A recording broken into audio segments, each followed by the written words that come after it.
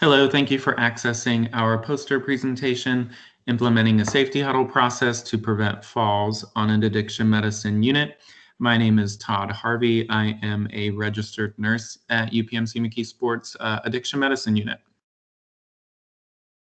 Hi, I'm Kelly Moran. I'm also a registered nurse at UPMC McKee Sports Addiction Medicine Unit.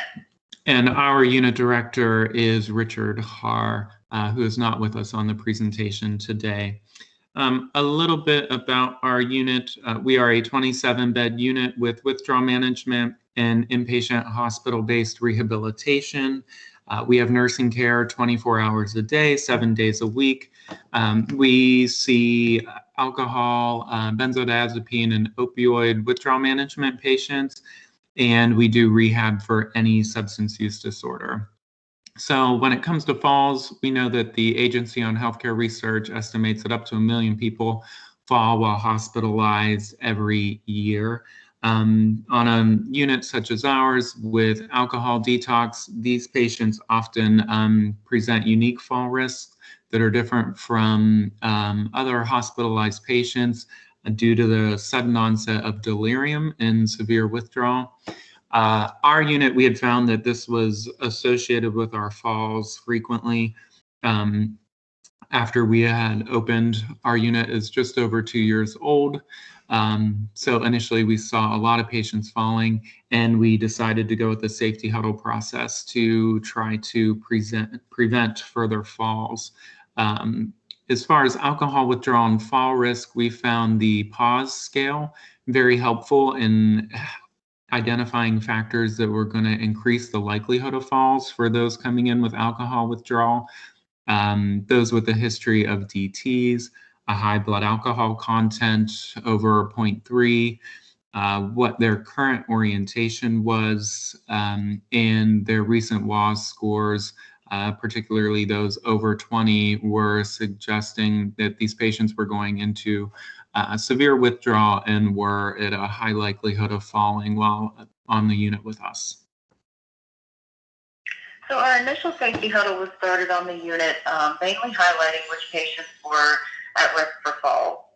We went through a couple phases of changes, and we added on different additional safety concerns with the patients along with behavioral concerns.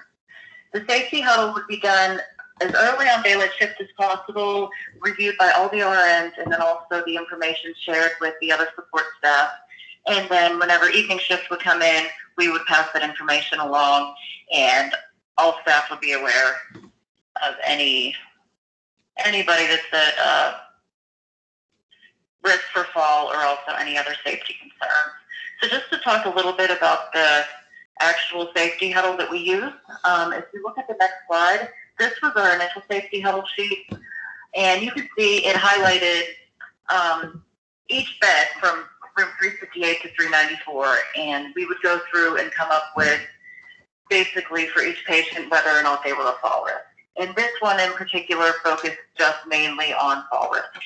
So we decided that, there's more concerns on the unit other than just falls. There's other safety concerns. So our first change was made and updated for the next fall sheet, or the next safety huddle sheet, which is on the following slide.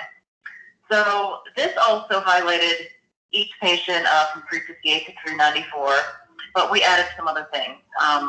We came up with an actual fall score instead of just saying who's at risk for fall. We wanted to determine a level of fall. So as you can see on the right-hand middle side, they get a fall score, so between 0.5 to 1, 1.5 to 2, or 2.5 plus. So that way we can have suggested interventions for each level of fall. We also added on, as you can see in the right lower corner, some other important information for the daylight charge nurse to pass along to the evening charge nurse, such as which beds are still open, any pending admissions or discharges, specific patient behaviors, staffing, and then who our patient blood sugars were. And next is our final update. So we kind of streamlined this to, instead of going through and having to write down a fall score for each patient, we decided just to focus on the detox patients who were scoring. So this way it kind of made it a little bit user-friendly. Didn't take quite as much time, and this was definitely, the staff seemed to appreciate this a little bit more because it didn't take up as much time. And then we would highlight, and basically it became a conversation. We would ask, are there any specific safety concerns that currently exist on the unit, any behavioral concerns? And then just another piece we added was just how certain tasks would be completed on the unit, who would be responsible for logging valuables and belongings, and how would we get the observations completed on the unit also. And then we kept the right-hand side also, the suggested interventions with the fall scores and also the charge communication.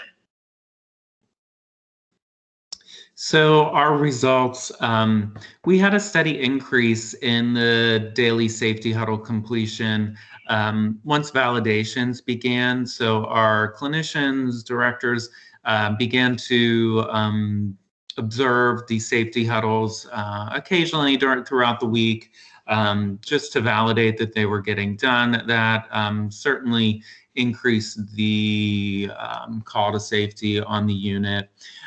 As we've done more and more of the safety huddles each day, our falls have trended downward. So we're seeing it become more and more hardwired, and we feel that a culture of safety has been promoted.